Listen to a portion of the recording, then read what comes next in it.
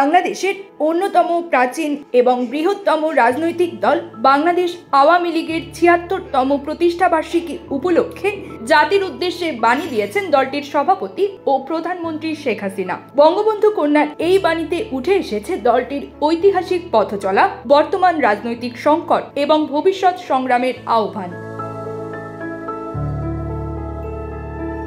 শেখ হাসিনা বলেন, ১৯৪৯ সালের এই দিনে গণমানুষের প্রত্যাশা পূরণের প্রত্যয়ে যাত্রা শুরু করে আওয়ামী লীগ। পাকিস্তান সৃষ্টির পর পূর্ববঙ্গের মানুষের আকাঙ্ক্ষা ব্যর্থতায় পর্যবসিত হলে তখনকার তরুণ প্রগতিশীল রাজনীতিকরা হোসেন শহীদ সোহরাওয়ার্দী, মৌলানা ভাসানী এবং শামসুল হকের নেতৃত্বে গড়ে তোলেন পূর্ব পাকিস্তান আওয়ামী মুসলিম লীগ। পরবর্তীতে যা হয়ে ওঠে নির্ভীক অসাম্প্রদায়িক গণতান্ত্রিক আন্দোলনের প্রধান শক্তি। তিনি স্মরণ করেন জাতির পিতা বঙ্গবন্ধু শেখ মুজিবুর রহমানের অবদান এবং বলেন, কারাবন্দী অবস্থায় যিনি দলের যুগ্ম সম্পাদক নির্বাচিত হয়েছিলেন তিনি পরবর্তীতে জাতিকে স্বাধীনতার পথে নেতৃত্ব দেন।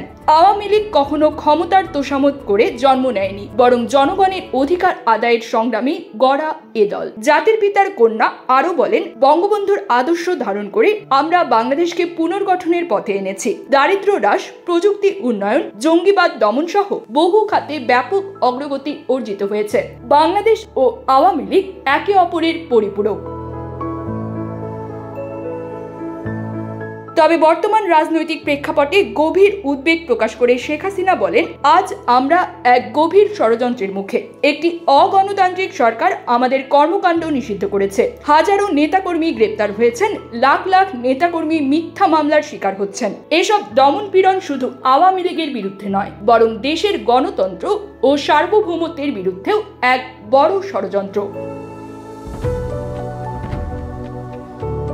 এই পরিস্থিতিতে দলীয় নেতাকর্মীদের উদ্দেশ্যে শেখ হাসিনার আহ্বান, সাহস হারাবেন না। অতীতের মতো এবারও বাংলাদেশকে রক্ষা করবে আওয়ামী লীগ। বঙ্গবন্ধুর আদর্শ, সাহস ও বিচক্ষণতাই আমাদের শক্তি। তিনি তার বাণীর শেষাংশে উচ্চারণ করেন, জয় বাংলা, জয় বঙ্গবন্ধু।